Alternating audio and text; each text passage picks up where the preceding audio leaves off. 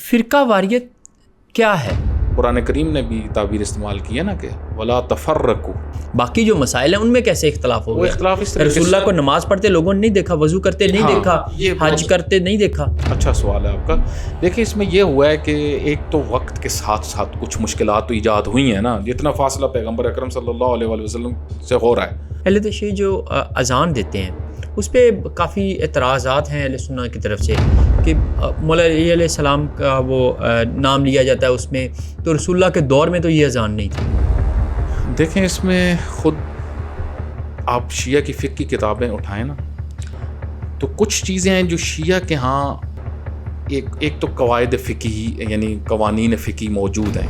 اچھا اگر اس کو ہم نکال دیں تو کیا اذان ہو جائے گی؟ اچھا علامہ صاحب، فرقہ واریت کی وجوہات کیا ہیں؟ آپ نے بہت اچھی بات کی کہ آپ کو وہ چیزیں کرنی چاہیے جس سے دوسرے مسلمانوں کو دکھ نہ پہنچے، کوئی ایسے الفاظ نہ ہو. مثلا میں آپ کو مثال دیتا ہوں. آپ ایک شخصیت کو بہت عظیم شخصیت سمجھتے ہیں، میں ان کو عظیم نہیں سمجھتا. اچھا رہبر معظم کا جو یہ بیان ہے یہ اہل تشیع کے ہاں اس کی کتنی اہمیت ہے؟ مثلا کیا اگر کوئی اس بات کو نہیں مانتا وہ شیعت سے نکل جائے گا؟ جب یا علی مدد کہتے ہیں یہ یا رسول اللہ مدد کہتے ہیں تو اس سے توحید کمزور ہوتی ہے یا مضبوط ہوتی ہے؟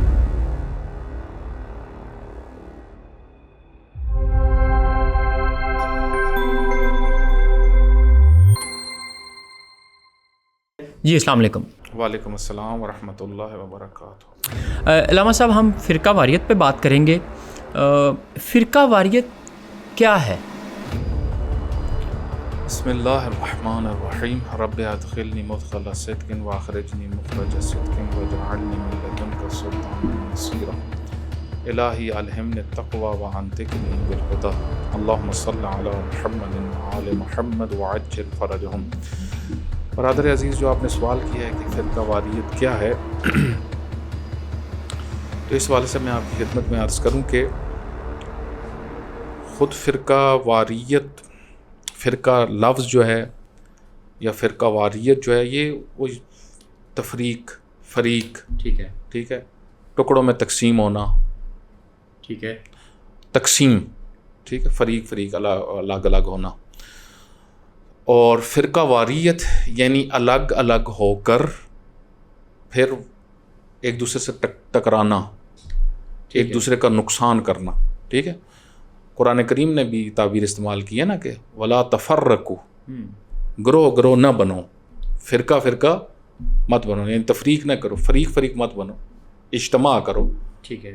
ہمیشہ اس مسلمانوں کو جو ہے وہ امت کی صورت میں رہنا ہے، نہ فرقے ٹولے بننا ہے. امت یعنی تمہاری اہداف ایک ہوں، تمہارے مقاصد ایک ہوں، تمہارے درد ایک ہوں، یہ چیزیں تمہارے دشمن ایک ہوں.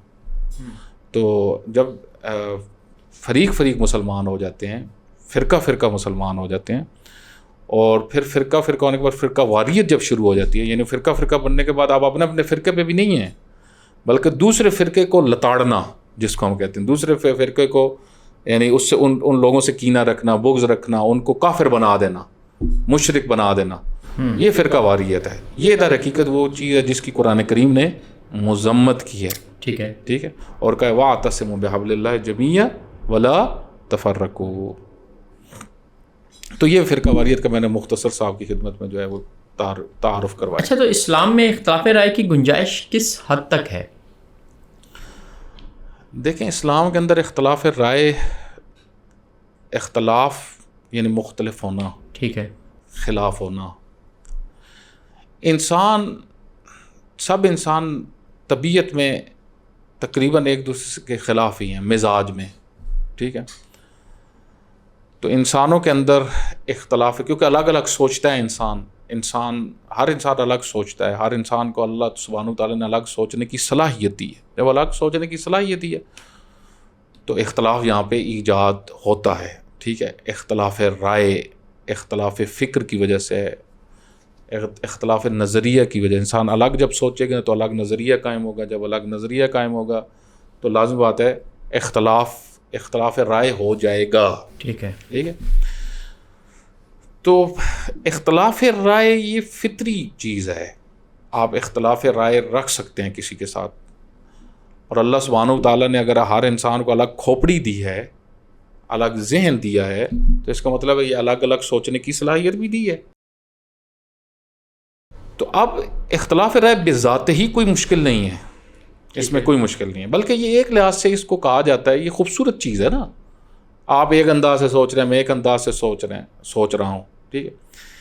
تو سوچنا متنوع سوچیں جو ہیں یہ حسن پیدا کرتی ہیں بعض کا سوسائٹی کے اندر، بلکہ اکثر ایسے ہی ہے، سوسائٹی کے اندر خوبصورتی پیدا کرتی ہے نا. اسلام کے بارے میں الگ الگ سوچ رکھ سکتے ہیں. دیکھیں اسلام، اب بات وہی آ جاتی ہے. اسلام، آپ نے سوال جو کیا نا کہ اسلام اختلاف رائے کے بارے میں، تو اختلاف رائے رکھنے میں کوئی مشکل نہیں ہے. اچھا اب اسلام کو جب ہم پڑھتے ہیں، قرآن کریم ہم پڑھتے ہیں، ٹھیک ہے. اسلام کی تعلیمات کی بنیاد کیا ہے؟ قرآن. اب قرآن کریم کو جب میں پڑھتا ہوں تو قرآن کریم نے بھی تدبر کی دعوت دی ہے نا. ٹھیک ہے. جب تدبر کی دعوت دی یعنی سوچنا ہے آپ نے، تو فہم قرآن کا مختلف ہو سکتا ہے. آپ ایک طریقے سے ایک چیز کا فہم حاصل کریں، میں ایک ہی آیت سے، ٹھیک ہے، مطلب میں ممکن ہے ایک آیت سے ایک سسٹم کا فہم حاصل کر رہا ہوں، لیکن ایک شخص صرف اس کو بس فردی حد تک اس مسئلے کو لے رہا ہوں. تو اب یہ جو فہم ہے اس میں اختلاف بھی طبیعی ہے، ممکن ہے. ٹھیک ہے. تو اس اختلاف رائے کا بھی کوئی قرآن نے کوئی ممانعت نہیں کی. اچھا، یہ بھی فطری ہے نا کہ آپ اپنے انداز سے فہم حاصل کر سکتے، تدبر. ہاں، آپ تدبر، آپ کا فہم اس طرح نہیں ہونا چاہیے جو اسلامی پھر اصولوں کے خلاف ہو جائے. نہ، آپ کے پاس ضوابط ہونے چاہیے اس تدبر کے، دلائل ہونے چاہیے اس تدبر کے کہ میں نے یہ جو چیز درک کی ہے، میری جو رائے ہے قائم ہوئی ہے اس آیت کے متعلق، میرے پاس اس کے یہ دلائل ہیں، میں نے تفسیر ان بنیادوں پہ کی ہے. ٹھیک ہے. وہ قابل قبول ہونے چاہیے. اچھا اب توجہ کریں، اختلاف رائے مذموم کہاں پہ ہو جاتا ہے؟ مذمت کس اختلاف کی ہے؟ قرآن کریم نے جہاں پہ کہا ہے نہ تفرقہ کرو اور نہ اختلاف کرو. ٹھیک ہے.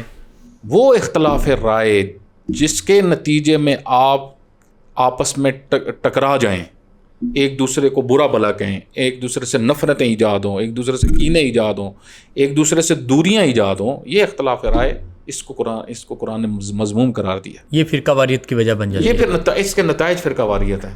یعنی وہ اختلاف رائے جس میں آپ دوسرے کی رائے کو کچھ بھی نہیں سمجھ رہے، برا سمجھ رہے ہیں، اور اس کے نتیجے میں پھر کینے آپ کے اندر آ رہے ہیں، تعصب ایجاد ہو رہا ہے، تو اس کے نتائج میں پھر فرقہ واریت شروع ہوتی ہے. اس وجہ سے پھر ایسا اختلاف کہ جو نفرتیں ایجاد کروائے آپ کے اندر، یہ مذموم ہے. اور یہ ہوتا ہے ہماری سوسائٹی میں. آپ دیکھیں نا، ہمارے یہاں جو اختلاف رائے رکھا جاتا ہے تو وہ اس طریقے سے رکھا جاتا ہے کہ میں ٹھیک ہوں،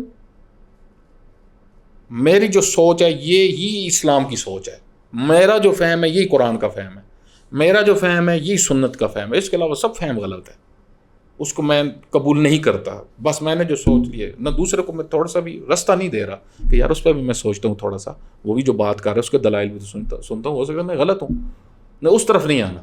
بس جو میرا فہم ہے وہ صحیح ہے، دوسروں سب کا فہم غلط ہے.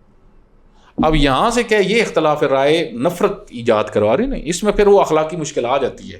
یعنی اس اختلاف رائے میں اصل میں کیا وہی تکبر، غرور کہ میرا جو فہم ہے. تو در حقیقت فرقہ واریت کے پیچھے، پھر وہ اختلاف رائے کے پیچھے اگر اخلاقی مشکلات آ جائیں تو پھر وہ معاشرے کے لیے نقصان دہ ہو جاتی ہے. مسلمانوں میں فرقہ واریت کا آغاز کب اور کیسے ہوا؟ دیکھیں اس میں پھر ایک بحث آ جاتی ہے کہ اصلاً اب کہیں آپ علماء اہل علم کو سنیں گے، وہ کہیں گے کہ لوگ کہتے ہیں جی فرقہ واریت ہے، تو ہمارے اندر کہاں فرقے ہیں. ٹھیک ہے. اب یہ خود کے فرقہ کیسے وجود میں آتا ہے، ایک فرقہ نیا کن بنیاد، اصولی اختلاف صرف بنیاد ہیں یا فروع میں بھی اختلاف اگر ہو جائے تو اس سے بھی فرقہ وجود میں آ جاتا ہے. ٹھیک ہے. تو اس میں جو عموماً علماء ایک بحث کرتے ہیں وہ کہ کوئی اصولی اختلاف اگر ہو جائے تو اس سے دوسرا فرقہ بن جاتا ہے. ٹھیک ہے. یعنی یہ گروہ فریق ہو گئے. مثلا جس طرح اب شیعہ اور سنی، ٹھیک ہے، اب ان کا اصول میں جا کے اختلاف ہے. ٹھیک ہے. مثلا امامت، کیونکہ شیعہ کے نزدیک اصول ہے، ٹھیک ہے، اہل سنت کے یہاں بھی وہ ایک ہے، اگرچہ ایک فقہی مسئلہ ہے لیکن اصولی حیثیت رکھتا ہے ایک جہت سے، خلافت کا مسئلہ. ٹھیک ہے. تو اب یہاں پہ اختلاف ہو گیا, تو اس وجہ سے یہ دو فریق بن گئے. ٹھیک ہے, اب فرقے تو دو بن گئے, ٹھیک ہے, اب یہ اختلاف رائے ہو گیا ہے. تو اختلاف رائے کو اب فرقہ واریت میں نہیں لے کے جانا. اصل پہلے مرحلے پہ تو قرآن کہتا ہے کہ تم اصولوں پہ تم نے متفق ہونا ہے, ٹھیک ہے. اچھا, کچھ اصول ایسے ہوتے ہیں کہ جو انسان کو اسلام سے ہی نکال دیتے ہیں نا, اس پہ تو اختلاف اب نہیں کر سکتے. اچھا, وہ کون سے؟ مثلا توحید پہ, ٹھیک ہے, مثلا قیامت پہ, ٹھیک ہے, مثلا نبوت, ختم نبوت پہ, ٹھیک ہے. اس میں آپ جو ہے وہ آپ اصولی اختلاف نہیں, آپ اگر کوئی یہ کہے کہ آپ وہ مسلمانوں کا گروہ خدا کو مانتا ہے, میں نہیں مانتا, تو فرقہ جو واریت جو وہ اصل میں جو فرقے بننا شروع ہو گئے, تو وہ تاریخی لحاظ سے دیکھیں تو اختلاف جو ایک بنیادی اختلاف ہوا تو وہ رسول اللہ صلی اللہ علیہ وآلہ وسلم کی وفات کے بعد ہوا. ایک بنیادی اختلاف مسلمانوں کے امامت کے موضوع پہ, ٹھیک ہے, ٹھیک ہے. تو ادھر سے پھر دو گروہ وجود میں آئے, دو رائے وجود میں آئی جن کے اندر اختلاف ہوا, ٹھیک ہے. لیکن پھر آپ دیکھیں کہ مولا علی علیہ الصلوۃ والسلام دیکھیں اس چیز کو, اس اختلاف کو پھر آگے کنٹرول کیا گیا, یعنی اس کو اس حد تک نہیں لے جائے گا مسلمان فرقہ واریت کی شکل دی جائے, مسلمان آپس میں لڑ پڑیں اور پھر اس کنڈیشن میں نہیں حالات بنے نا, تو تفریق ہو گئی, یعنی نظریاتی تفریق ہوئی ہے. لیکن یہ ایک آپ نے کہا کہ امامت اور خلافت یہاں سے شروع ہو گیا, کیا وجہ ہوئی کہ سارے کا سارا جو دینی مسائل ہیں وہی بدل گئے ہیں؟ مثلا اہل تشیعوں کے ہاں نماز پڑھنے کا طریقہ اور ہے, اہل سنت کے ہاں اور ہے. اہل تشیعوں کے ہاں روزے کا جو طریقہ ہے وہ کھولنے کا, افطار کا ٹائم اور ہے, اہل سنت کے ہاں اور ہے. سارے مسائل ہی چینج ہو گئے. وضو کا طریقہ اور ہے, اہل سنت کے ہاں اور ہے. وہ تو آپ دیکھیں نا, وہ تو اب یعنی کہ خود اہل سنت کے اندر جو مختلف مکاتب ہیں ان میں بہت زیادہ ڈفرینس ہے نا. خلافت اور امامت کا مسئلہ ہوتا تو ٹھیک ہے نا, وہ یہ تعلیمات تو رسول اللہ صلی اللہ علیہ وسلم دے کر گئے ہیں, تو ان میں کیسے اختلاف ہو گیا؟ یعنی امامت اور خلافت یہ تو ٹھیک ہے, یہ تو ہو گیا مسئلہ, باقی جو مسائل ہیں ان میں کیسے اختلاف ہو گیا؟ اختلاف اس طرح رسول اللہ کو نماز پڑھتے لوگوں نے نہیں دیکھا, وضو کرتے نہیں دیکھا, حج کرتے نہیں دیکھا. اچھا سوال ہے آپ کا. دیکھیں اس میں یہ ہوا ہے کہ ایک تو وقت کے ساتھ ساتھ کچھ مشکلات تو ایجاد ہوئی ہیں نا, جتنا فاصلہ پیغمبر اکرم صلی اللہ علیہ وآلہ وسلم سے ہو رہا ہے, ٹھیک ہے. اب مختلف قسم کی مشکلات تو ایجاد ہوئی ہیں. ایک تو وہ بنیاد جو اختلاف آپ نے کہا بنیادی اختلاف بنا, تو آگے یہ فروعاتی اختلاف پھر اتنے کیسے بڑھ گئے.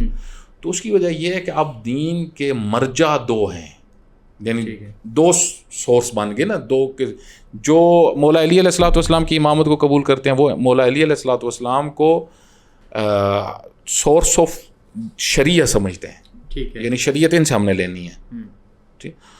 اچھا, اب ایسا نہیں کہ اصحاب سے نہیں لینی, ہاں اصحاب سے لینی ہے, اگر مولا علی علیہ الصلوۃ والسلام سے ان کی کوئی بات ٹکراتی ہے تو وہ ہم نے نہیں لینی, ٹھیک ہے. یہ معیار ہو جائے گا نا, یعنی جس کو شیعہ کہتے ہیں معصوم سے ہم نے لینی ہے, تو دوسروں سے بھی لینی ہے. ایسے نہیں کہ اب اہل علم سے بھی تو لیتے ہیں نا شیعہ, لیکن بات یہ کہ مولا علی علیہ الصلوۃ والسلام کی یا بات ہو یا مولا علی علیہ الصلوۃ والسلام کی اگر بات نہیں ہے تو مولا علی کی بات سے ٹکرائے نہیں. اس وجہ سے دوسرا صحابی اگر کوئی بھی بات کرے وہ کہتا ہے رسول اللہ صلی اللہ علیہ وسلم, وہ کہتے ہیں کہ رسول اللہ صلی اللہ علیہ وسلم نے یہ فرمایا, تو اس کو ہم نے دیکھنا ہے کہ مولا علی علیہ الصلوۃ والسلام کی بات سے یہ ٹکرا تو نہیں رہی. تو یہ سورس ہو مولا علی یعنی اہل بیت علیہ الصلوۃ والسلام سورس ہیں شیعہ کے نزدیک دین کا, ٹھیک ہے. انی تارکم فیکم الثقلین کتاب اللہ و عطرتی, کتاب اللہ کے ساتھ کیا عطرت, یعنی قرآن کی تفسیر عطرت کریں گے. اہل تسنن کے ہاں جو خلافت کے پیروکار ہیں ان کے ہاں پھر اصحاب, یعنی قرآن کی تفسیر جو اصحاب نے کی ہے یا سنت کی تفسیر جو اصحاب کر رہے ہیں, جو ان کے پیغمبر اکرم صلی اللہ علیہ وسلم کے شاگرد تھے, ٹھیک ہے. تو دو سورس ہو گئے. اب شیعہ ایسا نہیں ہے کہ شیعہ یہ کہتے ہیں کہ ہم نے اصحاب کی یعنی وہ فرامین نہیں سننے جو وہ پیغمبر سے نقل, نہ ایسا نہیں ہے. وہ کہتے ہیں سب کی سنیں گے, لیکن اگر مولا علی علیہ الصلوۃ والسلام کی بات سے کسی کی بات ٹکرا رہی ہے تو وہ ہم نہیں لیں گے. تعارض والی بات نہیں, مولا علی کی ہم نے لینی, ٹھیک. مگر یہ کہ مولا علی کے ساتھ بات مل رہی ہو تو وہ ہم نے وہ بھی دوسروں کی بھی لے لینی. اور اس کے ساتھ پھر یہ ہے کہ وہ شخصیت جو مولا علی علیہ الصلوۃ والسلام کے ساتھ, یعنی یہ شیعہ کا نقطہ نظر ہے کہ اگر بغض رکھتے ہیں یا مولا علی علیہ الصلوۃ والسلام سے ان کی یعنی ٹکراؤ ہوا ہے, ان کا جنگ ہوئی ہے, تو وہ ان سے بھی پھر نہیں لیا جائے گی, شریعت کے مسائل نہیں لیے جائیں گے, ٹھیک ہے. یہ ایک نقطہ نظر ہے شیعہ کا. آپ بات درست فرما رہے ہیں. میرا سوال اصل میں یہ ہے کہ یہ کیسے ہوا؟ یہ بنیاد بن گئی نا سورس. جب سورس بدل گیا, جب سورس بدل گیا تو وہ ایک استاد کے دو شاگرد ہیں, ٹھیک ہے, وہ جو استاد پڑھا رہا ہے وہ دونوں کو ایک ہی چیز پڑھا رہا ہے, ٹھیک ہے, تو وہ دو شاگرد بعد میں اپنی اپنی تعلیمات کیسے لے آتے ہیں؟ نہیں دیکھیں, وہ جو استاد پڑھا رہا ہے آج دنیا میں بھی اسی طریقے سے, مثلا ایک سائنٹسٹ ہے, اس کے فرض کریں 10 شاگرد ہیں, ٹھیک, تو وہ 10 کے 10 شاگرد جب بات پک کر رہے ہیں, استاد لے رہے ہیں, تو وہ ایک طرح سے نہیں لے رہے. اس کو سمجھے نا بات کو, وہ ایک طرح سے تو نہیں لے رہے نا میرے بھائی. 10 شاگرد جو ہیں ان کا لیول بھی مختلف ہے, ان کا فہم بھی مختلف.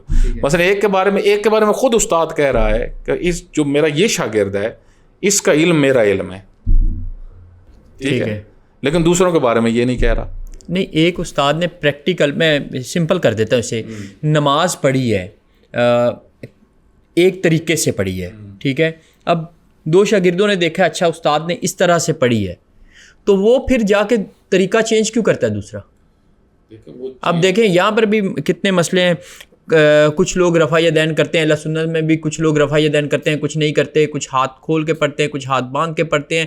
رسول اللہ نے تو ایک طریقے سے پڑھی ہے. لیکن سورس میں اختلاف ہو گیا نا. اب وہ یہ تو پھر بات ان پہ ہی آئے گی نا جنہوں نے مختلف کر دی, ٹھیک ہے. یہ تو تاریخ, میں یہی وجہ پوچھنا چاہ رہا ہوں. جی تاریخ تجربے سے, یہ تو تاریخ کے تجربات سے بھی ثابت ہے کہ انبیاء علیہ الصلوۃ والسلام کے بعد تحریف ہوئی ہے, ٹھیک ہے, ٹھیک ہے. اچھا, اب تحریف ضروری نہیں تھی کہ آمدن نہیں ہو, جان بوجھ کے ہی ہوتی تھی, ٹھیک ہے. بعض کا تحریف اس وجہ سے ہوتی تھی کہ مطلب میں نے ایک چیز کو صحیح نہیں سمجھا, اچھا, ٹھیک ہے. خود حضرت علی علیہ الصلوۃ والسلام کا نہج البلاغہ میں ایک کلام ہے جس میں راویوں کی کئی شکلیں بتائی ہیں, صورتیں بتائی ہیں کہ ایک مثلا 6-7 لوگ پیغمبر سے جو سن رہے ہیں تو ان کی کنڈیشنز مختلف کیسے ہیں. مثلا کچھ ہیں پوری بات سمجھ رہے ہیں, کچھ ہیں پوری بات نہیں سمجھ رہے, کچھ ہیں پوری مراد نہیں سمجھ رہے, ٹھیک ہے. مثلا کئی حدیث آپ نے یہ دیکھی ہوں گی ہے کتابوں کے اندر, مثلا جب نقل کر رہا ہے راوی کہتے ہیں یہاں پہ پھر مجھے آگے مطلب مجھے نہیں سمجھ آئی کیا بات ہوئی, اب ان کی سننے میں کوئی مشکل تھی یا کوئی نہ کوئی نا. تو یہ سچویشنز ہوتی تھی, تو اس وجہ سے اب جہاں سے دین آ رہا ہے وہ کہہ رہا ہے میں نے اس طرح سنا ہے, میں نے اس طرح سمجھا ہے, ٹھیک. اب اختلاف یہاں سے ایجاد ہو گیا. اب میں آپ کو سورس, مطلب میں ایک شخصیت کو سورس سمجھ رہا ہوں اور میں انہی کو حرف آخر بھی سمجھ رہا ہوں سورس کے ساتھ. تو اب وہ کہہ رہے ہیں پیغمبر اکرم نے اس طرح فرمایا, دوسرے کہہ رہے ہیں پیغمبر اکرم صلی اللہ علیہ وسلم نے اس طرح فرمایا, اختلاف رائے ایجاد ہو گیا. یعنی وہ جو آپ کہہ رہے ہیں کہ مختلف ہوگی چیزیں, ٹھیک. اس وجہ سے پیغمبر اکرم صلی اللہ علیہ وسلم نے یہ جو احادیث بیان کی ہیں کہ علی میرے علم کا دروازہ ہیں, میں شہر علم ہوں, اس طرح کی جتنی احادیث ہیں, علی میرے بعد سب سے زیادہ عالم ہیں یا سب سے زیادہ اقضا ہیں, یہ بہت زیادہ احادیث ہیں. میرے پاس سب سے زیادہ عالم علی ہیں, سب سے زیادہ اقضا علی ہیں. تو یہ روایت اصل میں اسی چیز کی طرف, یعنی میرا علم آپ کو حضرت علی علیہ الصلوۃ والسلام سے ملے گا. شیعہ پھر ان روایات کو مد نظر رکھتے ہیں نا, ٹھیک ہے. اہل سنت پھر جو دلائل لے کے آتے ہیں وہ زیادہ کہ سب اصحابی سورس ہیں, شاگرد ہیں, تو وہ پھر اصحابی کا نجوم اور اس طرح کی جتنی روایات ہیں وہ اس کو لے کے آتے ہیں. لیکن شیعہ پھر ان کا آپس میں کہ شیعہ کہتے ہیں نہیں یہ احادیث ان میں مشکل ہے, یہ حدیث درست نہیں ہے. یہ نہیں ہو سکتا کہ سارے کے سارے اصحاب جو ہیں وہ ہدایت ہو. اچھا, ویسے یہ میرے موضوع کا سوال نہیں تھا, وہ بات اس طرف چلی گئی ہے. اہل تشیع جو اذان دیتے ہیں اس پہ کافی اعتراضات ہیں اہل سنت کی طرف سے کہ مولا علی علیہ السلام کا وہ نام لیا جاتا ہے اس میں, تو رسول اللہ کے دور میں تو یہ اذان نہیں تھی, تو اس میں تبدیلی کی وجہ کیا ہے؟ دیکھیں اس میں خود آپ شیعہ کی فقہ کی کتابیں اٹھائیں نا, تو کچھ چیزیں ہیں جو شیعہ کے ہاں ایک تو قواعد فقہی یعنی قوانین فقہی موجود ہیں, ٹھیک ہے, ان کو ہم نے مد نظر رکھنا. ہر مسلک کی فقہ میں کچھ قوانین موجود ہیں. شیعہ جو اس کا علماء جو جواب دیتے ہیں وہ میں مختصر صاحب کی خدمت میں کرتا ہوں. وہ یہ کہ اذان کے جو جملے ہیں کچھ اس کے جو حصے ہیں یعنی جو ہے اذان, کچھ ہیں کہ جو شعار کے طور پہ اس میں ایک چیز اضافہ کی گئی ہے شعار کے طور پہ, جس طرح خوشی شہادت ولایت مولا علی علیہ الصلوۃ والسلام, اس کو کہتے ہیں کہ یہ شعار شیعہ ہے, ٹھیک ہے. اور اس کے اوپر ہمارے پاس روایات جو ہیں وہ یہ بہت ساری ہیں کہ جس میں یہ کہا گیا جہاں پہ تم یعنی شہادت لا الہ الا اللہ محمد رسول اللہ صلی اللہ علیہ وسلم، جہاں پہ یہ شہادتین ہوں گی وہاں پہ شہادت ثالثہ بھی ہوگی. ٹھیک ہے، یہ وہ روایات. ٹھیک ہے، لیکن اس کو کلی پھر علماء نہیں لیتے. وہ کہتے ہیں کہ جہاں جہاں پہ پھر اس کی تطبیق ہو سکتی ہے فقہ کے مطابق، تو وہ پھر اذان میں وہ کہتے ہیں کہ مشکل نہیں ہے، اس کو آپ شعار شیعہ کے طور پہ شہادت مولا علی علیہ الصلوۃ والسلام دے سکتے ہیں. ٹھیک. اچھا اگر اس کو ہم نکال دیں تو کیا اذان ہو جائے گی؟ شیعہ فقہ کے مطابق تو اذان ہو جائے گی. تو یہ سوال ویسے میرا آگے تھا، اس کو ابھی میں اگر کر لوں سوال کو، تو اگر یہ نکالنے سے ایک مسئلہ حل ہوتا ہے تو کیوں نہیں ہم نکالتے؟ دیکھیں اس طریقے سے پھر کئی چیزیں کہیں جائے گی نا، نکال دی جائیں. ٹھیک ہے، پھر کہیں کہ حی علی خیر العمل بھی نکالیں. ٹھیک ہے، ٹھیک. تو قواعد دیکھیں ہر فقہ کے اندر، جو وہی میں نے آپ کی اصولی کچھ چیزیں فقہ کے اندر بھی قواعد ہیں. ٹھیک ہے، تو وہ اب علماء بیان کرتے ہیں کہ بھائی یہ چیز مطلب بدعت کا ہے نا، ایک چیز بدعت، تو کہتے ہیں کہ یہ بدعت نہیں ہے. ہمارے سب علماء نے ڈسکس کیا ہے کہ بدعت نہیں ہے. ٹھیک ہے، اضافی چیز بھی نہیں ہے. اچھا، کو مطلب اپنے پاس اضافہ کر دیجیے. ٹھیک ہے، دین کے منابع میں یہ چیز موجود ہے، کیونکہ وہ سورس مختلف ہو گئے نا. سورس ایک طرف سے مطلب اہل بیت علیہ الصلوۃ والسلام سے تعلیمات ساری لی جا رہی ہیں. یہ اذان میں کب ایڈ کیا گیا تھا؟ دیکھیں ایک بات میری سن لینا. ایک دفعہ یہ ہے کہ اہل بیت علیہ الصلوۃ والسلام سے سارے مسائل لیے جا رہے ہیں، احکام لیے جا رہے ہیں. تو ایک طرف سے اہل بیت سے نہیں لیے جا رہے. آپ نے جو اس سے پہلے ہماری ڈسکشن بھی ہو رہی تو آپ کہہ رہے تھے فقہ امام جعفر صادق علیہ الصلوۃ والسلام بالکل جدا ہے، اور تو اس کی وجہ یہ ہے کہ امام جعفر صادق علیہ الصلوۃ والسلام سے ہی وہ ہے، اس میں اور کوئی نہیں ہے. امام جعفر صادق علیہ السلام نے امام باقر علیہ الصلوۃ والسلام سے، اور اس طرح پہنچتے پہنچتے رسول اللہ صلی اللہ علیہ وسلم. تو یہ وہ اہل بیت ہے نا. جی. تو اب جب سورس مختلف ہو جاتے ہیں تو آراء تقریباً اعتقادی آراء جزئی جو ہیں وہ بھی بدل گئی، مختلف ہیں. اللہ توحید کے متعلق اللہ نظر آتا ہے نہیں آتا، تو اس میں مثلا اہل بیت کی ایک نظر ہے، اصحاب دوسرے اصحاب کے مختلف اقوال نقل ہوئے ہیں. ٹھیک ہے، وہ اہل سنت بیان کرتے ہیں. لیکن شیعہ کے لیے بالکل واضح ہے. سیدہ کے خطبے میں بھی ہے یہ چیز، مولا علی کے خطبوں میں بھی ہے کہ اللہ سبحانہ وتعالیٰ نظر نہ اس دنیا میں آتا ہے نہ آخرت میں آئے. تو اس طرح یہ یعنی حتیٰ عقائد کے بھی جزیات میں اختلاف ہو جاتا ہے، اور پھر فروعات میں بھی جا کے بہت ساری چیزوں میں جزیات میں جا کے اختلاف ہو جاتا ہے. تو یہ جو اختلاف ہے یہ وہ سورس کی وجہ سے، آپ سورس کس کو دین کا سمجھ رہے ہیں. تو یہ پھر جو بات کی جاتی ہے اذان کی، تو اذان جو ہے اس میں جو یہ شعار کے طور پہ، شعار شیعہ کے طور پہ مولا علی علیہ الصلوۃ والسلام کی شہادت دی جاتی ہے، یہ منابع تشیع میں یہ چیز موجود ہے. فقہاء نے اس کا استنباط کیا ہے. میں یہی جاننا چاہ رہا ہوں، کیا یہ اس وجہ سے تو نہیں ہوا کہ جب بنو امیہ کی طرف سے حضرت علی علیہ السلام پہ وہ برے الفاظ کہے جاتے تھے، تو شاید اس لیے ان کی ولایت کو پیش کرنے کے لیے اذان میں یعنی ریئیکشن کے طور پہ؟ جی، یہ ایسا نہیں ہے، ایسا نہیں، ریئیکشن کے طور پہ نہیں ہے. بلکہ خود میں نے آپ کی خدمت میں عرض کیا نا کہ یہ ہمارے یہاں روایات ہیں اس میں کافی تعداد میں، کہ جب 2 شہادتیں ہوں گی تو ساتھ تیسری شہادت بھی ہوگی. لیکن اب اس کی تطبیق کہاں میں اس وجہ سے کہہ رہا ہوں کیونکہ پھر وہ بعض جو ہے نا وہ شیعہ کے اندر ایک بحث ہوتی ہے نماز کے اندر، شہادت ثالثہ کا ایک مسئلہ کافی ڈسکس ہوتا ہے. تو اس میں پھر ہمارے فقہاء قواعد اس کے بیان کرتے ہیں کہ دیکھیں اذان میں اس کو کہا تعبیر استعمال کرتے ہیں کہ یہ جزء اذان نہیں ہے، یعنی شہادت ثالثہ جو اذان میں دی جاتی ہے یہ جزء اذان نہیں ہے، یہ شعار کے طور پہ ہے. ٹھیک ہے. اور نماز میں فقہاء کی رائے ہے کہ نماز میں آپ شہادت ثالثہ نہیں پڑھ سکتے. لیکن اعتقاد میں مولا علی علیہ الصلوۃ والسلام کی شہادت ہے. ٹھیک ہے. جس طرح کلمے میں کلمہ جو شیعہ کا ہے اس میں وہ شہادت ساتھ یعنی مولا علی علیہ الصلوۃ والسلام کی ولایت کو بھی ساتھ ذکر کرتے ہیں. تو یہ بھی ہمارے پاس وہ روایات موجود ہیں. اچھا علامہ صاحب، فرقہ واریت کی وجوہات کیا ہیں؟ دیکھیں فرقہ واریت کی بہت ساری وجوہات ہیں. فرقہ واریت کی بعض علماء نے اصل موضوع بھی یہی ہے کہ اصلاً فرقہ واریت آج بھی جو ہمیں سوسائٹی بھی اسلامی سوسائٹی میں نظر آتی ہے، کیونکہ اس کو ہم نے ختم کرنا ہے. اچھا فرقے تو ہیں لیکن فرقہ واریت نہیں ہونی چاہیے.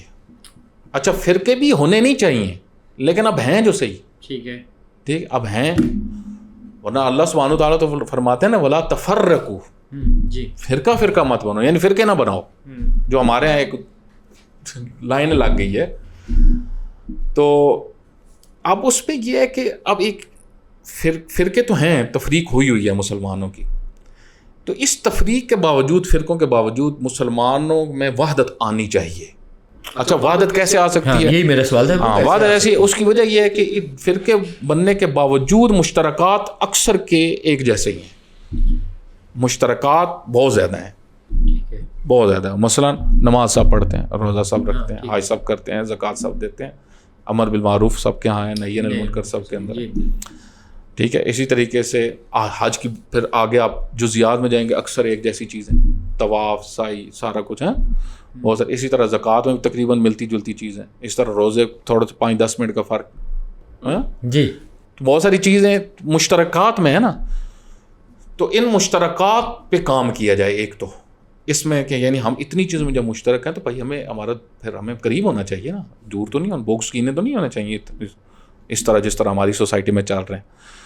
تو قرآن کریم نے بھی محبت جو انما المؤمنون اخوہ کی بات کی ہے وہ بھی تو موجود ہے نا. یعنی تم اگر فرقہ بھی ہو تو وہ اخوہ بھی تو ہو نا. مسلک تم اپنا رکھو لیکن اخوہ بھی, بھائی بھی تو ہو نا. اس بھائی چارے کو قائم کرو. اس کو قائم کرنے کے لیے وحدت کی جو تعبیر استعمال کی جاتی ہے, تم وحدت اختیار کرو, اتحاد قائم کرو. تو اس کو کیسے قائم کیا جا سکتا ہے؟ پہلے وجوہات کیا ہیں فرقہ واریت کی؟ اب فرقہ واریت کی وہی جو اس کو قائم کرنے کا ہے نا, لازمت ہے وجوہات کو سمجھ جائیں گے تو وہ وجوہات کو جب آپ ختم کر دیں گے تو خود بخود وہ یعنی وحدت کے اسباب بن جائیں گے. ٹھیک ہے, ان وجوہات کو آپ ختم کر دیں. مثلا ایک وجہ یہ ہے کہ فرقہ واریت کی قرآن, مثال میں دیتا ہوں کہ قرآن سے دوری. قرآن میں مسلمان تدبر نہیں کرتے, ٹھیک ہے. قرآن اب جب قرآن سے قریب ہم, قرآن کے قریب جب ہم ہو جائیں گے تو یہ کیا ہے, یہ سبب بن جائے گا وحدت کا. ٹھیک ہے, یعنی ہم نے وحدت قائم کرنی ہے تو اس کے اسباب چاہیے. تو اس سے پہلے ہم اس کے ساتھ ہی ہم یہ موضوع کہ فرقہ واریت کی وجوہات, یہ ایک جگہ پہ جا کے اکٹھی ہو جاتی ہے. جی. تو ہم فرقہ واریت کی وجوہات میں سے ایک مثلا پہلی بیان کرتے ہیں آپ کی خدمت میں کہ قرآن سے دوری. اب قرآن سے دوری بات تو بڑی سادہ سی لگ رہی ہے لیکن یہ بات بڑی اہم ہے, کیونکہ قرآن جس چیز سے روک رہا ہے نا اس میں ایک جس سے بہت شدت سے روک رہا ہے اور قرآن کے نزدیک وہ حرام ہے وہ کام. دیکھیں مومن کیا ہے, مومن جو قرآن کا پابند ہے, ٹھیک ہے. مولا علی علیہ السلام فرماتے ہیں کہ جس چیز کا تمہیں علم ہو نا اس پہ عمل کرو, نہیں تو تم جاہل ہو. علم عمل, قرآن پڑھتے ہیں, قرآن کہہ رہا ہے فرقہ واریت نہیں ہونی چاہیے, ولا تفرقوا. تو اب مجھے پورے طریقے سے اس چیز کے اوپر تدبر کرنا ہے کہ میری کون سی ایکٹیویٹیز, کام جو ہیں وہ اس سے دوسروں کو دکھ ہوتا ہے, دوسروں کو تکلیف ہوتی ہے, دوسرے مسلمان جو ہیں وہ مجھ سے دوری اختیار کرتے ہیں, ان چیزوں کو میں ترک کروں. اچھا, اختلاف رائے تو ہے نا, فرقہ تو بنے ہوئے ہیں, اختلاف رائے تو ہے, لیکن اختلاف رائے رکھنا کوئی جرم نہیں ہے. جرم کیا ہے؟ فرقہ واریت ہم نے کہا نا, تو فرقہ واریت کیا ہے کہ میں ایک مسلک کا ہوں تو میں دوسرے مسلک کی توہین کر رہا ہوں, دوسرے مسلک کی شخصیات کی توہین کر رہا ہوں, ٹھیک ہے. تو قرآن پر جب میرا ایمان آئے گا, قرآن کہتا ہے کہ تمہارے اندر فرقہ واریت نہیں ہونی چاہیے, تو ولا تفرقوا یعنی تفرقہ نہ بنو, گروہ نہ بنو, وحدت کو ایجاد کرو. یہ وحدت پہ اب میری توجہ ہونی چاہیے. وحدت کا مطلب اب یہ بھی نہیں ہے کہ قرآن, یعنی یہ بھی سب نے وحدت کی جو تفسیر کی ہے وہ بالکل واضح ہے کہ سب ایک مذہب کے ہو جائیں, اپنے اپنے مسلک چھوڑ دیں. یہ بھی نہیں ہے وحدت. یعنی اپنے اپنے مسلک پہ رہتے ہوئے وہ چیزیں جو نفرت کا باعث ہیں ان کو ختم کیا جائے. میں یہاں پر ایک سوال پوچھ رہا ہوں اگر آپ کی اجازت ہو تو. آپ نے بہت اچھی بات کی کہ آپ کو وہ چیزیں کرنی چاہیے جس سے دوسرے مسلمانوں کو دکھ نہ پہنچے, کوئی ایسے الفاظ نہ ہو. مثلا میں آپ کو مثال دیتا ہوں, آپ ایک شخصیت کو بہت عظیم شخصیت سمجھتے ہیں, میں ان کو عظیم نہیں سمجھتا. میں یہی یہ اختلاف رائے ہو گیا نا, یہ اختلاف رائے ہو گیا نا, ٹھیک ہے. اب اس اختلاف رائے سے فرقہ واریت نہیں پھیلتی. نہیں قبلہ, آپ کے اگر ممبروں سے انہی شخصیت کے بارے میں ایسے کلمات کہے جائیں گے. وہ اگلی بات آ گئی نا. جی میں یہی سوال ہے میرا. وہ یہ ہے کہ دوسرے مسلک کے اندر جو شخصیات کو وہ بڑا عظیم سمجھتے ہیں, ان کی اگر کوئی دوسرے مسلک والا تحقیر کرے گا تو یہ فرقہ واریت کا باعث بنے. جی لیکن اگر یہ کام نہ کرے تو پھر فرقہ واریت نہیں ہوگی. ہاں بالکل ٹھیک ہے نا. تو اس وجہ سے آپ دیکھیں کہ جو وحدت کا کام بھی پھر جو علماء ہوتے ہیں, جو صالحین ہوتے ہیں, وہ پھر وہ دیکھتے ہیں نا, تشخیص دیتے ہیں. اس وجہ سے آپ دیکھیں رہبر معظم نے کیوں یہ فرمایا, شیعہ کے لیڈر ہیں, یہی بات میں کر رہا تھا. انہوں نے کہا کہ دوسرے مسالک کے مقدسات کی آپ توہین نہیں کر سکتے. تو یہ در حقیقت اسی یعنی اپنے مسلک پہ رہتے ہوئے, اپنی فکر پہ رہتے ہوئے آپ کوئی ایسی حرکت, ایسا کام نہ کریں جس سے دوسروں کی دل آزاری ہو اور نفرت ایجاد ہو. اچھا, رہبر معظم کا جو یہ بیان ہے, یہ اہل تشیع کے ہاں اس کی کتنی اہمیت ہے؟ مثلا کیا اگر کوئی اس بات کو نہیں مانتا وہ شیعت سے نکل جائے گا؟ دیکھیں پہلی بات کو کس کی کتنی اہمیت ہے, وہ رہبر کی کس کو کتنی معرفت ہے. مگر مولا علی علیہ الصلوۃ والسلام معصوم تھے تو کیا ان کی ساری مانی جاتی تھی؟ مولا علی علیہ الصلوۃ والسلام نے ایک جنگ کے دوران, ظاہر جنگ صفین کے دوران فرمایا کہ سبابین میں سے مت بنو, یعنی گالیاں دینے والے مت بنو. اچھا ٹھیک ہے, نہج البلاغہ میں یہ فرمایا کہ ہاں اگر تم کسی سے اختلاف کرتے ہو نا اور تمہیں پتہ ہے کہ وہ ٹھیک نہیں ہے تو احوال بیان اس کے کرو کہ بھائی یہ لوگ یہ گروہ یہ کر رہا ہے. ٹھیک ہے, لیکن سب کرنے والے مت بنو, گالیاں دیں, کیونکہ تم گالی ان کو دو گے وہ تمہیں گالی دیں گے. پھر اس سے کیا ہوگا کہ اللہ سبحانہ وتعالیٰ نے بھی قرآن کریم میں بیان کیا کہ تم ان کے خداؤں کو گالی دو گے تو وہ تمہارے خدا کو گالی دیں گے. ٹھیک ہے, ریئیکشن کے طور پہ. تو اب اچھا پھر آپ دیکھیں نا کہ یہاں پہ بات, کیونکہ ہمارے یہاں جب وحدت کی بات کی جاتی ہے نا ہماری سوسائٹی کے اندر, تو شیعہ سنی کے اندر جو ایک طبقہ ہے جس کو متشدد طبقہ ہم کہتے ہیں, ٹھیک ہے, ہارڈ لائنر, جو مطلب ایسے لوگ جو بالکل ہر وقت جو ہے وہ لڑنے کے لیے مرنے کے لیے فرقہ وار فرقوں پہ ہیں, مسلک کی تعصب جن کے اندر بہت زیادہ ہے, اور جو ہمیشہ یہ محسوس کرتے ہیں کہ دوسروں سے ہمارے عقیدوں کو خطرہ ہے. بھائی تمہارا عقیدہ اتنا کمزور ہے کہ تمہیں دوسرے کی ایک گفتگو سے خطرہ ہے. یہ اس کو بعض اتنے تعصب میں ہوتے ہیں, دوسرے کو برداشت نہیں کرنا. بھائی آج میڈیا کا دور ہے, جو کہتا ہے جو کہنا ہے, آپ کے پاس اپنے دلائل ہونے چاہیے. ٹھیک ہے, تو یہ ایک نفسیاتی مسائل بھی اس میں آ جاتے ہیں نا, فرقہ واریت بھی نفسیات, یعنی اپنی کمزوریوں کے لیے اس کا آپ کیا ہے کہ میں دوسرے کو بولنے بھی نہ دوں. اچھا پھر ہر بات کو بھی آپ یہ نہیں کہہ سکتے کہ ہمارے یہاں تو پھر یہاں تک آ گیا نا کہ تھوڑی سی اس اختلاف رائے کو بھی جرم سمجھا جا رہا ہے اب سوسائٹی میں. یعنی آپ مجھ سے مختلف سوچ بھی نہیں سکتے, آپ مجھ سے مختلف دینی نظریہ بھی نہیں رکھ سکتے. بلکہ پاکستان میں تو اب آپ یہ دیکھ رہے ہیں کہ جو تھوڑی سی اختلافی بات حتیٰ آپ کے علماء سے کرتا ہے اس کو ملک چھوڑنا پڑ جاتا ہے. جی تو اس سے آپ حساسیت آپ دیکھیں نا. تو یہاں پہ جو ہے جو بات آپ کر رہے تھے, ہماری جو گفتگو ہو رہی تھی اس میں یہ کہ اختلاف رائے سے جب آگے بات بڑھتی ہے نا, دوسروں کے مقدسات کی توہین, یہ فرقہ واریت کا سبب بن جاتی ہے. حتیٰ اس میں پھر یہ بھی میں مثلا بعض اہل علم کو گفتگو کرتے ہوئے جب سنتا ہوں نا, پوڈ کاسٹ وغیرہ ہو رہی ہوتی ہے, تو مثلا وہ ایک بات کرتے ہیں, مثلا فرض کریں کسی نے پوچھا یا علی مدد کے بارے میں آپ کا کیا نظریہ ہے. ٹھیک ہے, اب بہت سارے ہمارے ہاں ایسے فرقے ہیں, گروہ ہیں کہ جو غیر اللہ کے علاوہ کسی کو کیا آگے یا نہیں لگا, وہ کہتے ہیں صرف یا اللہ مدد آپ کہہ سکتے ہیں. اب بعض کہہ رہے ہوتے ہیں کہ جی جو یہ کہتا ہے کہ اللہ کے علاوہ آپ کسی اور سے مدد نہیں مانگ سکتے, یہ بہت بےہودہ بات ہے, یہ شیطان بھی اس طرح نہیں کرتا, یہ فلاں بھی اس طرح نہیں کہتا. یہ چیزیں بھی مناسب نہیں ہیں. یعنی یہ آپ ضرور آپ نے کسی دوسرے کو نیچے کرنا ہے, گرانا ہے, آپ بات کریں کہ بھائی یا علی مدد کہا جا سکتا ہے, اس کے یہ قرآنی دلائل ہے, ٹھیک ہے, یہ عقلی دلائل ہے. ٹھیک, اب میں ضروری نہیں کہ پہلے یہ کہوں کہ جو یہ کہتا ہے کہ نہیں کہا جا سکتا, اس سے کیا ہوگا, اس سے طبی طور پہ نفرت سوسائٹی میں ایجاد ہوگی.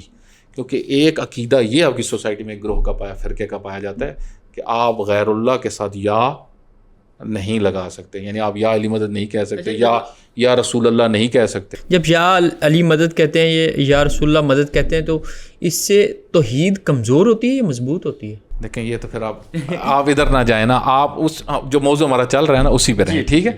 میں آپ کو ایک مثال دے رہا ہوں کہ فرقہ واریت جو ہے نا اس کو ہر لحاظ سے روکنا چاہیے. اس میں آپ کے الفاظ کا چناؤ, آپ کے جواب کا انداز, آپ بات کیسے کر رہے ہیں, ٹھیک ہے.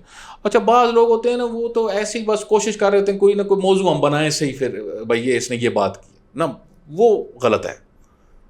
مثلا کلپ بنانا, کاٹ کے باتیں نکالنا, ٹھیک ہے, جان بوجھ کے, یہ غلط ہے. ہاں ایک دفعہ یہ کہ واقعاً رویے ایسے ہیں, جواب دینے کا انداز ایسا ہے, تو مثلا یا علی مدد والا ایک مسئلہ چھوٹا سا ہے, جی بالکل, مثلا نہ اصولی مسئلہ ہے نہ فروعی, اس میں پھر ایک آ جاتا ہے کہ ہم جب ہم نے بلانا ہے غیر اللہ کو, آئے بلا سکتے ہیں یا نہیں بلا سکتے اس طرح, تو یہ اس جہت سے بحث آ جاتی ہے.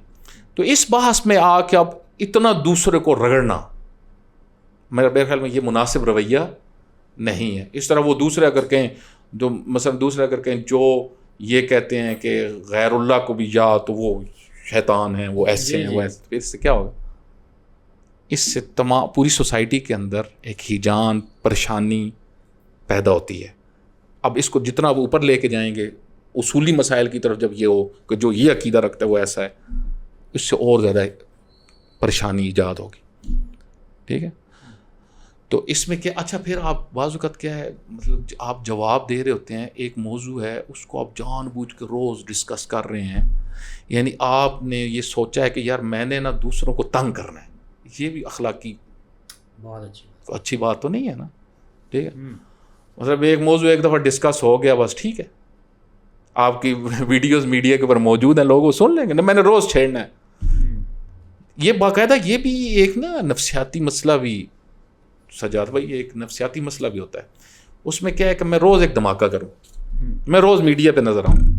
بھائی آپ کو امت کی نہیں ہے, آپ کو امت کا درد نہیں ہے, آپ کو جو ہے وہ رسول اللہ صلی اللہ علیہ وسلم بلاخر دیکھیں انہی کے ساتھ, ٹھیک ہے. میں دیکھ رہا ہوں ہماری سوسائٹی میں مثلا بعض اوقات یہ ہوتا ہے کہ پورا ایک نیٹ ورک علماء کا وہی کام خراب کر رہا ہے جی, لیکن میرا انداز کیسا ہونا چاہیے؟ احترام والا ہونا چاہیے نا, الفاظ کا چناؤ, یہ ساری چیزیں بڑی بنیادی حیثیت رکھتی ہیں. ہمارے خطیب جو فرقہ واریت کی ایک بہت بڑی وجہ ہے وہ یہ خطابتیں ہیں نا. جی میں وہی بات کرنے لگا تھا. جمعہ اگر چلے جائیں, جمعے کے خطبے میں حالانکہ آپ کے جو مسائل ہیں وہ بیان ہونے چاہیے, جو آپ کے سوسائٹی کے مسائل ہیں وہ بیان ہونے چاہیے. وہاں پہ فرقہ واریت ہو رہی ہوتی ہے, وہاں آپ کو بتایا جاتا ہے کہ شیعہ یہ کرتے ہیں, شیعوں کی طرف سے بتایا جاتا ہے سنی یہ کرتے ہیں, یعنی کہ اتنا ایک دوسرے پہ غصہ ہے. حالانکہ میں اس بات پہ بھی حیران ہوں, آپ نے بڑی خوبصورت بات کی کہ ہماری نماز ہے, روزے ہے, سب کچھ ایک ہے, تو پھر بھی ایک شیعہ سنی کے پیچھے نماز نہیں پڑھنا چاہتا, سنی شیعہ کے پیچھے نماز نہیں پڑھنا چاہتا, ان کی مساجد میں نہیں پڑھنا چاہتا. اس کی کیا وجہ ہے, اتنی نفرت کیوں ہے؟ دیکھیں اس کے پھر بنیادی ترین اسباب میں وہی تربیت آتی ہے. مدارس, کیونکہ اصل میں تو پروڈکشن جو علماء کی جو ہوتی ہے وہ مدارس سے ہوتی ہے نا, تو مدارس کے اندر اگر فرقہ واریت پڑھائی جا رہی ہو نصاب کے ذریعے سے یا نصاب کے اندر, تو یہ مشکلات ایجاد کریں گے. وہی لوگ کل جماعت جا کے کروانی ہے, وہی لوگ کل جا کے خطابت کرنا. اس وجہ سے مدارس کا سسٹم جو ہے وہ بنانا یہ بہت اہم مسئلہ ہے. نصاب کیسا ہو مدارس کا, تو اس میں اگر تبدیلی آ جائے, یعنی ایسی چیزیں ہٹا دی جائیں نصاب سے کہ جو فرقہ واریت کا باعث ہیں, اختلاف کا باعث نہیں ہے. فرقہ واریت, اختلاف تو ہر مسلک کا ہے, ٹھیک ہے. فرقہ نفرت, استاد لازم بات ہے پڑھانے میں اس کا وہ بڑا ٹیچرز کی تربیت. تو اب کیا ہوگا کہ آپ جتنا مدارس کے اندر تعصب اور وہ فضا زیادہ ہوگی جس مدرسے میں, اس کے جب افراد باہر جائیں گے تو وہ پھر اتنے ہی وہ نفرت زیادہ ایجاد کریں گے نا. مثلا آپ ایران کے اندر میں نے خود دیکھا ہے, عراق کے اندر میں نے دیکھا ہے, مثلا اہل سنت وہاں پہ آتے ہیں, ہزاروں میں آتے ہیں, ائمہ جمعہ و جماعت کے پیچھے وہاں پہ جمعہ بھی پڑھتے ہیں, نماز بھی پڑھتے ہیں. ایران میں بھی اسی طریقے سے. اچھا ہاتھ کھول کے کو پڑھ رہا ہو, باندھ کے کو پڑھ رہا ہو, کوئی حساسیت نہیں ہے. ایک مسجد میں ہی مثلا اکٹھے ہو گئے, فرض کر موٹر وے پہ ہی اکٹھے ہو گئے کہیں پہ, کوئی کسی کو حساسیت نہیں, سب پڑھ رہے ہیں اپنی اپنی. پوری دنیا میں تقریباً اسی طریقے سے ہے. اور جو اسلامی بڑے بڑے ممالک ہیں ان میں نے آپ کو کہا, مگر جو ممالک جن میں تعصب پھیلایا گیا ہے بعض ممالک میں, وہاں پہ تھوڑا سا لوگوں میں خوف ہوتا ہے. ٹھیک ہے, آپ نے کبھی اہل سنت کے پیچھے نماز پڑھی؟ کئی دفعہ. اچھا. اکثر جب سفر پہ کہیں پہ ہوں تو مساجد میں ان کے پیچھے پڑھی, کیونکہ رہبر معظم حافظہ اللہ جو ان کے جو فتاوے ہیں, جو ان کے جو مبانی ہیں ہمارے بہت سارے بزرگان کے, اس میں یہ نہیں دیکھیں نا, کوئی اس میں کوئی ایسی حساسیت نہیں ہے. ٹھیک ہے, بلکہ آیت اللہ العظمیٰ غسیستانی کی بھی مطلب بعض آراء ایسی ہیں, مگر صرف یہ اس میں ناسبی نہ ہو. ٹھیک ہے, جس طرح غالی کے پیچھے نماز نہیں ہوتی نا, شیعہ کے اندر جو غالی طبقہ ہے مثلا جو حد سے آگے اہل بیت کو خدا بنا دیتے ہیں, ان کے پیچھے خود شیعہ کی نماز بھی نہیں ہوتی. ٹھیک ہے, تو ناسبی کے پیچھے, ناسبی جو اہل بیت کا بغض رکھے, اس کے پیچھے بھی نماز نہیں ہوتی. اس کے علاوہ تو کوئی مشکل نہیں ہے. اچھا, باقی بھی فرقے ہیں اہل سنت میں بھی, اہل حدیث بھی ہیں, دیوبندی بھی ہیں, بریلوی بھی, لیکن سب سے زیادہ غصہ شیعہ پہ کیوں ہے؟ اور جب بھی نعرے لگتے ہیں کافر کافر, شیعہ کافر کے کیوں لگتے ہیں؟ اس کی کیا وجہ ہے؟ کوئی سیاسی وجہ ہے یا یہ نفرت اتنی بڑھ گئی ہے شیعوں سے؟ نہیں, اس میں دیکھیں نا, اس میں بھی مختلف سوسائٹیز کی مختلف کنڈیشنز ہیں. ٹھیک ہے, مثلا اس وقت آپ پاکستان کے اندر دیکھیں تو پاکستان میں گزشتہ تقریباً 10 سال میں وحدت کے اوپر کافی کام ہو رہا ہے. ٹھیک ہے, اور ہر جگہ پہ ایک وحدت کی فضا ہے سنی شیعہ میں. تو آپ دیکھیں وہ جو ایک پھر میڈیا کے ذریعے سے بہت ساری چیزیں عام ہو گئی. ٹھیک ہے, لوگوں نے دیکھا کہ مثلا بڑے بڑے ہمارے اداروں میں اہل سنت نماز پڑھا رہے ہیں, پیچھے شیعہ پڑھ رہے ہیں. ٹھیک ہے, شیعہ کئی جگہ پہ پڑھا رہے ہیں, اہل سنت پیچھے پڑھ رہے ہیں. علماء, بزرگان, فقہا یہ کام کر رہے ہیں, میڈیا کے ذریعے سے لوگ دیکھ رہے ہیں. پہلے یہ چیزیں نہیں تھی. دیکھیں جہاں پہ میڈیا نے منفی اثر اپنا دے رہے ہیں نا, وہاں پہ مثبت بھی بہت بڑا اثر ہے اس کا. تو اس سے پھر لوگوں نے یہ سمجھا کہ بھائی یہ بہت سارے مساجد میں جس بعض جو تنگ نظر مولوی جو یہ کام کر رہے ہیں, یہ دین نہیں ہے. یہ حرکتیں جو ہمارے بزرگ علماء ہیں وہ یہ نہیں کرتے. یہ ایک رائے قائم ہوئی ہے عوام کی, تو علماء نے بھی یہ رائے دی ہے کہ بھائی ان چیزوں سے نکلو. بڑے علماء جو سنجیدہ علماء ہیں, تو اس سے سوسائٹی پہ کافی اثر پڑا ہے ہماری اس وقت. تو پیچھے تھوڑا سا چلے جائیں تو ایسا نہیں تھا, کافر کافر شیعہ کافر. جی, ہمیں بچپن میں یہی کہا جاتا تھا کہ شیعوں سے دور رہنا, ان کے ساتھ کھانا نہیں ہے, ان سے پینا نہیں ہے, یہ چیزیں بتائی جاتی تھی. وہ میں نے آپ کی خدمت میں عرض کیا, وہ پھر کنڈیشنز ہوتی ہیں. ہو سکتا ہے اگلے خدا نہ خواستہ اگلے 10 سال میں پھر کوئی ایسی کنڈیشن بن جائے. ہینڈل سوسائٹی کو کون کر رہا ہے, خواص کی کنڈیشنز کیا ہیں, علماء کی سوچ کیا ہے, کیسے افراد ہیں علماء میں جو ہیں ایک طاقت میں ہیں, یہ ساری چیزیں بڑی کاؤنٹیبل ہیں. مثلا ایران کے اندر آپ رہبر معظم حافظ اللہ ہے نا, سید علی خامنہ, تو ایران میں سنی بھی تو بہت سارے ہیں, لیکن انہوں نے ان چیزوں کو کنٹرول کیا ہوا ہے. مثلا وہاں پہ علماء جب کوئی بیان دے رہے ہوتے ہیں وہ کنٹرولڈ ہیں, اس لحاظ سے کنٹرولڈ ہیں کہ بھائی یہ ریڈ لائنز ہیں. رہبر نے بعض ریڈ لائنز دی ہوئی ہیں علماء کو, حتیٰ جو مناظرے کرتے ہیں وہاں بڑی بڑی شخصیات, ان کو ریڈ لائنز دی ہوئی ہیں. بھائی آپ مناظرے میں آپ کو پتہ ہے بہت سارے اوور کنٹرول ہو جاتے ہیں, تو انہوں نے کہا بھائی اس سے آگے آپ نہیں جا سکتے. ٹھیک ہے, فوراً پیغام آ جاتا ہے.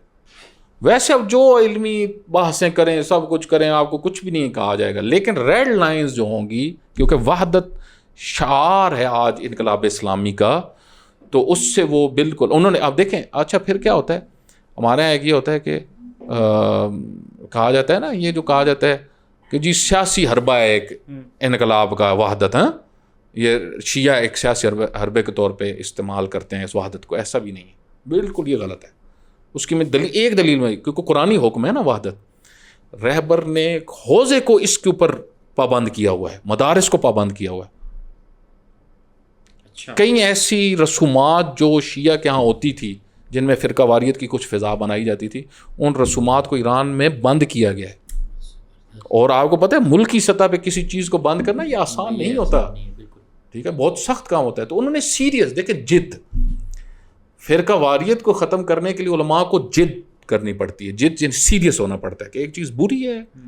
اب مولوی ہمارے یہاں کیا, علماء ایک مولوی طبقہ ہے نا جو پڑھا ہوا نہیں ہے, یہ تو مزے لیتے ہیں فرقہ واریت سے. ہمارے خطیب جس طرح جاہل ہیں, خطیب جاہل, اچھا جاہل خطیب جو ہیں یہ فرقہ واریت, پیسہ بھی اس میں جاہل عوام دینے والی ہے. اچھا عالمی اداروں میں بھی جو مسلمانوں کو لڑوانا چاہتے ہیں وہ بھی اس کے اوپر انویسٹمنٹ کریں. جس طرح ہم کہتے ہیں MI6 شیعہ کیا نا بھائی, ایک تشیع جو رہبر معظم کی ایک تعبیر ہے کہ ایک تشیع ہے جو MI6 بنا رہی ہے, اور ایک تسنن جو CIA بنا رہی ہے. یہ دونوں کینچی کے لب کی طرح, جو کینچی کی 2 دھاریں ہوتی ہیں, یہ اصل مسلمانوں کو کاٹنے کے لیے. لیکن اس سے بہت سارے لوگ آشنا نہیں ہیں کہ بھائی دیکھیں دشمن شناسی بڑی ضروری چیز ہے. تو یہاں پہ وہ جو بات میں کلوز کر دوں کہ کئی ہم نے بیچ میں اسباب ڈسکس کر دی اسی بات میں, تو اس میں یہ ہے کہ بس آپ اختلاف رکھیں لیکن اس اختلاف کو اس حد تک نہ لے جائیں کہ دوسروں سے نفرت کینے اتنے بڑھ جائیں, کیونکہ یہ کسی بھی سوسائٹی میں کسی وقت بھی ہو سکتا ہے, کچھ علماء کے ذریعے سے ہو سکتا ہے. تو اگر سسٹم بن جائے, علماء کو کنٹرول کیا جائے, ہر مسلک کے لوگ, مرکز کے لوگ دوسروں کو کنٹرول کریں. اچھا, جو بھی وحدت کی بات کرتا ہے اسے برا کہا جاتا ہے. مثلا سید جواد نقوی صاحب جو ہے اس وقت سب سے زیادہ کام اسی پہ وہی کر رہے ہیں, تو شیعہ ہی ان کے خلاف ہے, اس کی کیا وجہ ہے؟ دیکھیے کیا وہ کوئی نئی چیز لے کر آئے ہیں شیعت میں؟ نہیں, دیکھیے اس میں جو وحدت ہے نا, شیعہ مومنین جو ہیں وہ آغا صاحب کے اس عمل کے کوئی خلاف نہیں ہے کہ وحدت کو وہ پھیلا رہے ہیں. ٹھیک ہے, اس میں ایک اکثریت آغا صاحب کے اس کام کی حامی ہے اور شیعہ شروع سے اس روش کے عادی ہیں. ٹھیک ہے, لیکن آغا صاحب نے اس کے اوپر بہت زیادہ کام کیا. ہوتا یہ کہ کچھ لوگ جو ہے نا وہ ایک فضا بناتے ہیں, ماحول بناتے ہیں. ٹھیک ہے, وہ دیکھتے ہیں کہ مثلا اب کہیں آپس میں آپ کو پتا ہر فرقے کے اندر کچھ مشکلات افراد ہیں جو اپنے وہ دیکھ رہے ہوتے ہیں کہ یار ہمارے سسٹم کو نقصان ہو جائے گا, سید جواد نقوی اوپر آگے, کچھ یہ بھی مسائل ہیں, حسد بھی ہے, اس طرح کے مسائل بھی ہیں.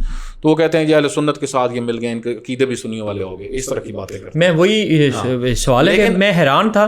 آن دا گراؤنڈ آپ جائیں گے نا, آن دا گراؤنڈ تو ایک بڑی تعداد جو شیعہ کی جو سنجیدہ طبقہ بیٹھا ہوا ہے, رائے رکھنے والا, تو وہ پسند کرتے ہیں اس چیز کو. بلکہ بعض میں نے علاقوں میں گیا ہوں جو بڑے مثلا اسلام آباد میں جہاں پہ حساسیت زیادہ لوگوں میں ہوتی ہے, مثلا بڑے شہر ہیں, پڑھا لکھا طبقہ ہے, تو وہ ان چیزوں سے نفرت کرتا ہے نا. فرقہ واریت جو جہاں پہ تعلیم عام ہو جائے گی وہاں پہ آپ کو پتہ ہے فرقہ واریت پسند نہیں کی جاتی. مغرب کا معاشرہ جو ہے وہ ان چیزوں سے نکل گیا ہے نا, انہوں نے اور طریقے سے اپنے آپ کو نکالا ہے, دین سے ہی نکل گئے نا. تو وہ اسی وجہ سے نکل گئے. ایک وجہ یہی ٹکراؤ, یہ دین سے نفرت بھی ایجاد کرتا ہے. ٹھیک ہے, تو اب وہاں پہ آپ دیکھیں مختلف طبقات جو ہیں وہ, میری جب ان سے بات ہوتی ہے یا مختلف شہروں میں کہیں بھی جب جاتا ہوں, تو سنجیدہ طبقہ تو آغا صاحب کو بہت اپریشیٹ کرتا ہے کہ بھائی ایسے لوگوں کی وجہ سے ہمارا معاشرہ آج یہ معاشرہ ہے. تو جو لوگ خلاف ہیں, جو خلاف ہے, میں نے کہا نا ان کی مختلف, جو ایک جہالت بہت زیادہ ہے, جن جو ہیں ان میں جہالت بہت زیادہ ہے. دوسرا متعصب ایک طبقہ ہے, حسد ہے, وہ چیزیں ہیں. ٹھیک ہے, پھر اور موضوعات بہت سارے ہیں جن کی وجہ سے وہ لوگ خلاف ہیں. ٹھیک ہے, مثلا شیعہ میں ایک تعداد ان کی جو بہت زیادہ خلاف ہے, وہ شیعہ کی بعض ایکٹیویٹیز ہیں جس کے خلاف وہ بات کرتے ہیں. تو پھر وہ اس موضوع کو لے جاتے ہیں وہ وحدت کی طرف بھی. ٹھیک ہے, وحدت والا جو خود عنوان ہے نا, یہ شیعہ کے ہاں اس کو کوئی ایسا نہیں ہے کہ اس پہ کوئی. اچھا, آج کے دور میں فرقہ واریت کے پھیلاؤ میں میڈیا اور سوشل میڈیا کا کیا کردار ہے پھیلاؤ میں؟ جی دیکھیں وہی خطیب جو تقریر کر رہا ہے, ٹھیک ہے, پہلے مثلا 20 سال پیچھے چلے جاتے ہیں, آپ کو شیعہ فرض کریں شیعہ کے خطیبوں, کتنے خطیبوں کی آپ کو مجالس بھی مل جائیں گی؟ بہت کم, کیسٹوں میں تھی بہت کم. اس سال کا آپ یا پچھلے سال کا عشرہ ہر کسی کا چل رہا ہے. ٹھیک ہے, تو یہ سوشل میڈیا ایسا تو نہیں ہے کہ وہ صرف سوشل میڈیا کے اوپر جو بیٹھے ہوئے ہیں وہ خاص مثلا کوئی میڈیا کے اوپر ہی ہے نا, وہی اسپیچز جو چل رہی ہیں امام بارگاہ میں وہی دکھائی جا رہی ہیں. اسی طرح اہل سنت کی مساجد میں بہت ساری اسپیچز جو کی جاتی ہیں, خطابات کیے جاتے ہیں, وہی سنائے جا رہے ہیں میڈیا کے اوپر. تو اب اگر وہ خطبہ کنٹرول ہو گئے تو لازم بات ہے میڈیا کا بھی مسئلہ حل ہے. تو اصل تو وہی ہے کہ, لیکن اوور آل اگر آپ دیکھیں تو فرقہ واریت اس طرح اب نہیں ہے. اچھا, ہاں, فرقہ واریت کافی کنٹرولڈ ہوئی ہے, اس میں گرفت بھی ہوئی ہے, کیونکہ شیعہ کے اندر بھی اب تقریباً سب طبقات اس چیز پہ متفق ہیں کہ جو فرقہ واریت پھیلائے اس کی گرفت کی جائے. اس وجہ سے بہت سارے امام بارگاہوں میں پہلے ہی خطیبوں کو بتا دیا جاتا ہے کوئی ایسی بات نہیں کر. بہت اچھا, بہت اچھا. اچھا, علماء کرام کا کردار فرقہ واریت کے خاتمے کے لیے کیا ہونا چاہیے, کیا کرنا چاہیے انہیں؟ علماء تو سب سے زیادہ قرآن کریم میں پڑھنے والے ہوتے ہیں, تو قرآن پہ عمل بھی سب سے زیادہ ان کو کرنا چاہیے. ٹھیک ہے, اور جو قرآن کریم نے جو چیزیں حرام کی ہیں ان کو حرام سمجھنا چاہیے. جس طرح وہ ایک عالم نے بڑی خوبصورت بات کی نا کہ بھائی خنزیر کا گوشت حرام ہے، تو جس طرح خنزیر کا گوشت حرام ہے تو اسی طریقے سے فرقہ واریت بھی تو حرام ہی ہے نا. ولا تفرقوا، فرقہ واریت نہیں پھیلا سکتے. تو ہر حرام کو حرام سمجھا جائے جو قرآن نے حرام کہا ہے، اور ہر حلال کو ہی حلال سمجھا جائے. تو اس سے کیا ہوگا کہ علماء جب خود اس چیز پہ عمل کریں گے، پابند ہو جائیں گے، تو پھر فرقہ واریت خود بخود ان کے فرقہ واریت اصل میں تفکر ہے. اگر آپ کا تفکر قرآنی ہو جائے اور سنت پیغمبر کے مطابق ہو جائے، آپ کی سوچ اور سیرت آپ رسول اللہ صلی اللہ علیہ وسلم سے اپنی اخذ کر لیں، یعنی ان کی طرح بننے کی کوشش کریں سیرت میں، تو پھر فرقہ واریت تو ختم. پھر علماء تو سب سے زیادہ پھر اس چیز کے پابند ہوں گے، تو پھر ان کے وجود سے ہمیشہ محبت، بھائی چارہ اور علمی اختلاف، اچھے انداز میں اختلاف ہی صادر ہوگا. تو یہ علماء کا ایک بہترین رول ہو جائے گا اگر یہ کرنا چاہتے ہیں. اس یعنی خود کو ڈھالیں اس طرح، اپنے نظریے، اپنی فکر اس کو قرآن کے مطابق ڈھالیں اور قرآنی بنیں. علامہ صاحب بہت شکریہ، بہت خوبصورت اور تفصیلی گفتگو رہی. ناظرین، ہمیں ایک ہو جانا چاہیے، جیسا کہ قرآن فرماتا ہے اللہ کی رسی کو مضبوطی سے تھام لو، آپس میں فرقوں میں مت بٹو. تو اسی کے ساتھ اپنے میزبان سجاد علی کو دیجیے اجازت. اللہ حافظ.